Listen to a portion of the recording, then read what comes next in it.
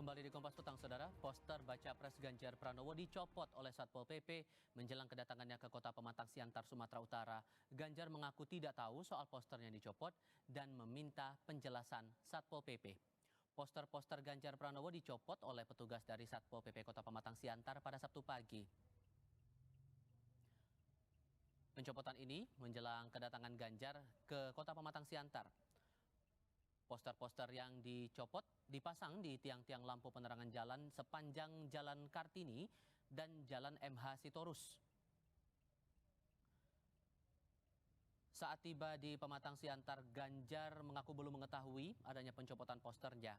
Ia menyebut harus mengklarifikasi alasan pencopotan poster dirinya ke Satpol PP setempat. Kompas TV juga telah berupaya mengonfirmasi pencopotan poster ini ke pihak Satpol PP, namun masih menunggu jawaban.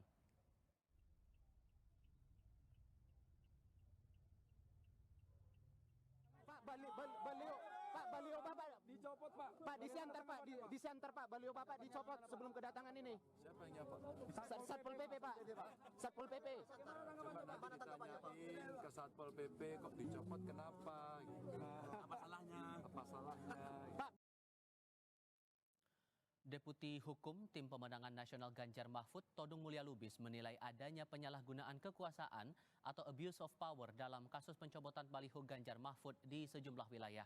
Tindakan itu dinilai melanggar peraturan kepolisian dan Undang-Undang Pemilu soal netralitas penegak hukum. Sementara Tim Pemenangan Nasional Ganjar Mahfud menyebut ada keterlibatan polisi dalam pemasangan baliho Prabowo Gibran di sejumlah wilayah.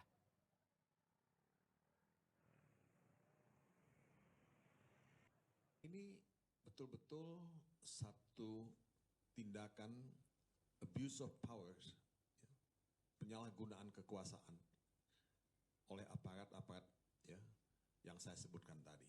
Kami juga melihat, ya, saudara-saudara, bahwa ada keterlibatan pihak kepolisian memasang baliho-baliho ya, pasangan yang lain.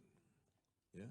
Dalam hal ini kalau saya baca di media, ya, itu memasang baliho pasangan Prabowo Gibran, ya, Raka Buming Raka. Kenapa pada satu sisi ya, kita melihat ada uluran tangan ya, keberpihakan pada salah satu capres dan cawapres, kenapa pada pihak lain capres dan cawapres yang punya baliho itu dikerjain ya, dengan sangat sistematis di berbagai daerah.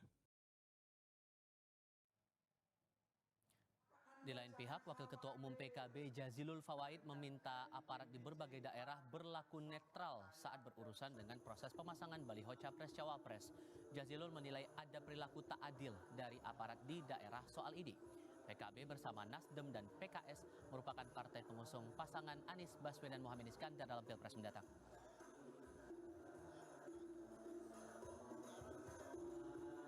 Ada aparat yang berat sebelah, sudah mulai itu.